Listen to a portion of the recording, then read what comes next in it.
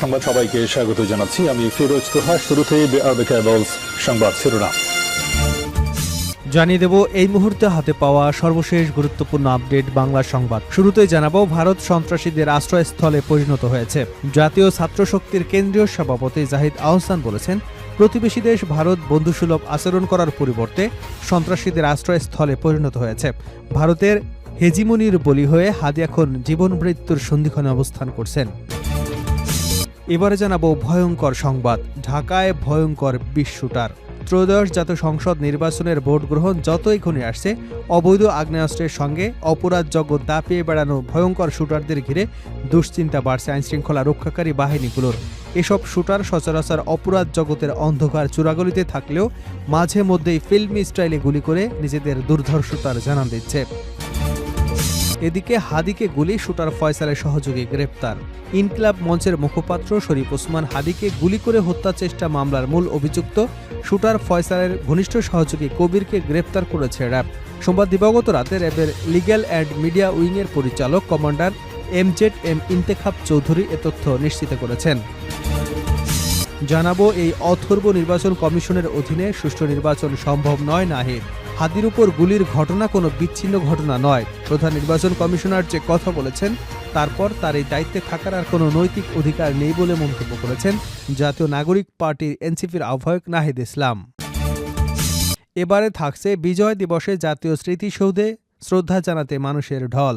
মহান বিজয় দিবসে 16 ডিসেম্বর দেশের বিভিন্ন প্রান্ত থেকে হাজার হাজার মানুষ জাতীয় স্মৃতিসৌধে এসে বীর শহীদদের প্রতি শ্রদ্ধা জানাচ্ছেন। মুক্তিযুদ্ধে যাদের ত্যাগ এবং আত্মদান বাংলাদেশকে নতুন একটি ভূখণ্ড উপহার দিয়েছে, তাদের স্মৃতিতে এদিন স্মৃতিসৌধ প্রাঙ্গণ পরিপূর্ণ হয়ে উঠবে ফুলে ফুলে। এবং সর্বশেষ জানাবো আন্তর্জাতিক সংবাদ। চীনের সঙ্গে পেরে উঠবে না যুক্তরাষ্ট্র।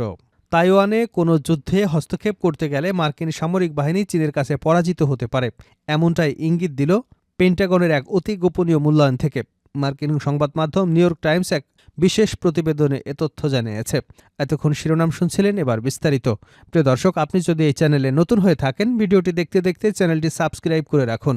দর্শক, ভিডিওটি কোন জেলা থেকে দেখছেন কমেন্ট করে সেটা জানিয়ে দিন এই ভিডিও সম্পর্কে আপনি আপনার মূল্যবান মতামত।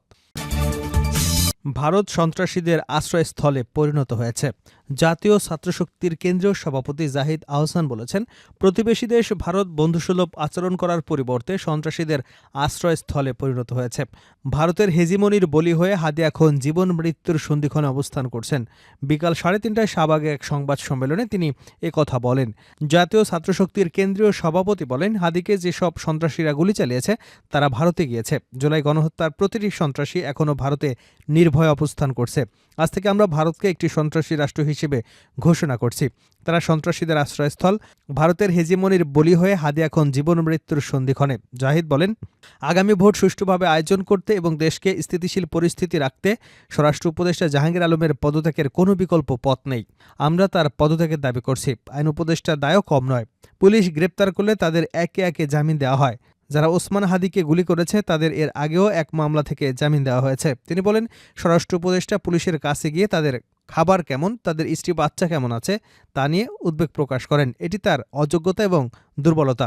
তিনি দেশে স্থিতিশীলতা ফেরাতে স্বরাষ্ট্র উপদেষ্টা জাহাঙ্গীর আলম চৌধুরীর পদত্যাগের কোনো বিকল্প নেই বলেও মন্তব্য করেন। ঢাকায় ভয়ঙ্কর 20 শুটার। ত্রয়োদশ জাতীয় সংসদ নির্বাচনের ভোট গ্রহণ যতই ঘনিয়ে আসছে, অবৈধ আগ্নেয়াস্ত্রের সঙ্গে অপরাধ জগৎ দাপিয়ে বেড়ানো ভয়ঙ্কর শুটারদের ঘিরে দুশ্চিন্তা বাড়ছে আইনশৃঙ্খলা রক্ষাকারী বাহিনীগুলোর। এসব শুটার সচরাচর অপরাধ জগতের অন্ধকার চূড়াগলিতে থাকলেও মাঝে মধ্যেই ফিল্মি স্টাইলে গুলি করে নিজেদের দুর্ধর্ষতার জানান দিচ্ছে। অবৈধ অস্ত্র উদ্ধার, অস্ত্রধারী সন্ত্রাসীদের প্রতিরোধে সম্পৃক্ত আইনশৃঙ্খলা রক্ষাকারী বাহিনীর সূত্রগুলো বলছে, নির্বাচনের আগে শুধু রাজধানী ঢাকাতেই অন্তত 20 জন ভয়ঙ্কর শুটারকে ঘিরে দুশ্চিন্তা বাড়ছে। তাদের মধ্যে কয়েকজনকে গ্রেপ্তার করে কারাগারে পাঠানো হলেও তাদের সঙ্গে সাঙ্গপাঙ্গরা মাথাচাড়া দিয়ে উঠেছে। ঢাকার বাইরে চট্টগ্রাম, খুলনা, রাজশাহীতে রয়েছে ভয়ঙ্কর কয়েক শুটারের প্রভাব বলয়।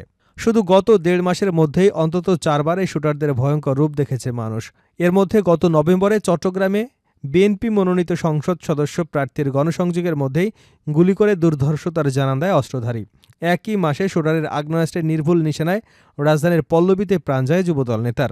পুরান ঢাকায় শুটারের নিখুঁত নিশানায় প্রাণ যায় আরেক তালিকাভুক্ত সন্ত্রাসীর।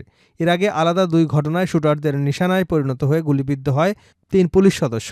সর্বশেষ গত শুক্রবার ঢাকা 8 আসনের সম্ভাব্য স্বতন্ত্র প্রার্থী ও ইনকিলাব মঞ্চের মুখপাত্র শরীফ ওসমান হাদী এক দক্ষ শুটারের আগ্নেয়াস্ত্রের নিশানায় পড়েন, যে ঘটনা দেশের আইনশৃঙ্খলার নড়বড়ে চিত্রের সঙ্গে অস্ত্রধারী শুটারদের ভয়ঙ্কর রূপ সামনে নিয়ে আসে। অবৈধ অস্ত্র উদ্ধারে যুক্ত আইনশৃঙ্খলা রক্ষাকারী বাহিনীর কর্মকর্তারা শঙ্কা প্রকাশ করে বলেন, ভোটের দিন যত ঘনিয়ে আসছে এমন নির্ভুল নিশানার বন্দুকবাজরাও নানা কারণে ততই আরও সক্রিয় হয়ে উঠতে পারে।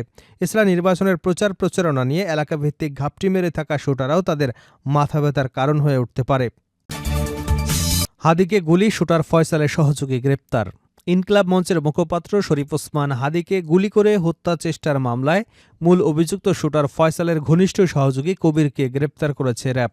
সোমবার দিবাগত রাতে র্যাবের লিগ্যাল অ্যান্ড মিডিয়া উইংয়ের পরিচালক wing commander MZM Intekhab Chowdhury এ তথ্য নিশ্চিত করেছেন। তিনি জানান, ওসমান হাদী হত্যা চেষ্টা মামলার মূল অভিযুক্ত ফয়সালের ঘনিষ্ঠ সহযোগী কবিরকে গ্রেপ্তার করেছে র্যাব।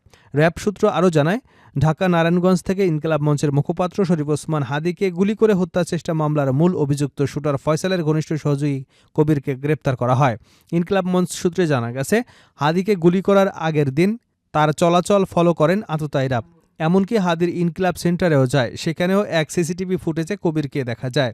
শরীফ ওসমান হাদী জুলাই গণঅভ্যুত্থানের অন্যতম সংগঠক এবং অভ্যুত্থান অনুপ্রাণিত সাংস্কৃতিক ও রাজনৈতিক আন্দোলন ইনকিলাব মঞ্চের মুখপাত্র। তিনি ঢাকা ইনকিলাব কালচারাল সেন্টারের প্রতিষ্ঠাতা। আগামী জাতীয় সংসদ নির্বাচনে ঢাকা 8 আসনে স্বতন্ত্র প্রার্থী হবেন বলে ঘোষণা দিয়েছিলেন হাদী এবং এ লক্ষ্যে নিয়মিত গণসংযোগ করছিলেন তিনি। গত 12 ডিসেম্বর জুমার নামাজের পর রাজধানীর পুরানা পল্টনে বক্স কালভার্ট রোডে মোটরসাইকেলে করে আসা 2 আততায়ীর একজন চলন্ত রিকশা থেকে ওসমান হাদীর মাথায় গুলি করে। গুরুতর আহত অবস্থায় তাকে প্রথমে ঢাকা মেডিকেলে নেওয়া হয়, সেখান থেকে পরে এভারকেয়ার হাসপাতালে নেওয়া হয়। বর্তমানে ওই হাসপাতালের তারপরে তাকে সিঙ্গাপুরের জন্য পাঠানো হয়। হাদীর উপর হামলাকারী 2 আততায়ীর একজন সন্দেহভাজন ফয়সাল করিম। তার সঙ্গে কিছুদিন ধরে নির্বাচনী কাজে যুক্ত ছিলেন বলে বিভিন্ন সূত্রে জানা যাচ্ছে। পুলিশের পক্ষ থেকেও তাকে সন্দেহভাজন হামলাকারী ধরে নিয়ে নাগরিকদের কাছে তথ্য চাওয়া হয়েছে। এই ফয়সাল করিম নিষিদ্ধ আওয়ামী লীগ আদাবর থানার সহসভাপতি ছিলেন। এই অথর্ব নির্বাচন কমিশনের অধীনে সুষ্ঠু নির্বাচন সম্ভব নয় নাহিদ। হাদীর উপর গুলির ঘটনা কোনো বিচ্ছিন্ন ঘটনা নয়। প্রধান নির্বাচন কমিশনার যে কথা বলেছেন, তারপর তার এই দায়িত্বে থাকার আর কোনো যৌক্তিক নৈতিক অধিকার নেই বলে মন্তব্য করেছেন জাতীয় নাগরিক পার্টির এনসিপির আহ্বায়ক নাহিদ ইসলাম। তিনি বলেন, তার অধীনে আর কোনো সুষ্ঠু নির্বাচন হওয়া সম্ভব কিনা সে প্রশ্ন রেখে গেলাম। আমরা আশা করব অবিলম্বে তিনি তার বক্তব্য প্রত্যাহার করবেন। এই অথর্ব নির্বাচন কমিশনের অধীনে কোনো নির্বাচন হওয়া সম্ভব নয়। বিকেলে ইনকিলাব মঞ্চের আহ্বানে আয়োজিত সর্বদলীয় প্রতিরোধ সমাবেশে তিনি এ মন্তব্য করেন। নাহিদ ইসলাম বলেন, স্বরাষ্ট্র উপদেষ্টার পদত্যাগের দাবি উঠেছে। আমরা মনে করি নৈতিকভাবে উনি আর এ দায়িত্বে থাকতে পারেন না। 5 আগস্টের পর দেশের আইনশৃঙ্খলা পরিস্থিতি স্বাভাবিক অবস্থায় ফিরে আসেনি। জুলাই বিপ্লবীদের টার্গেট করা হয়েছে। তিনি বলেন, ভারত যদি মনে করে 5 আগস্টের পরে তারা আগের মতো দেশের রাজনীতি করবে, হস্তক্ষেপ করবে, নির্বাচনে কারচুপি করবে, তবে সে ভাবনাটা ভুল। আজ বিজয় দিবস। এই বিজয়ের প্রাক্কালে বাংলাদেশের 54 বছরের ইতিহাস আমাদের পর্যালোচনা করতে হবে। 16ই ডিসেম্বরে আমরা যেমন বিজয় পেয়েছি, একই সঙ্গে আমাদের প্রতিরোধের যাত্রাও শুরু হয়েছিল। সেই প্রতিরোধ ছিল ভারতীয় আগ্রাসনের বিরুদ্ধে। সেই প্রতিরোধের যাত্রা আমাদের আজও অব্যাহত রাখতে হবে।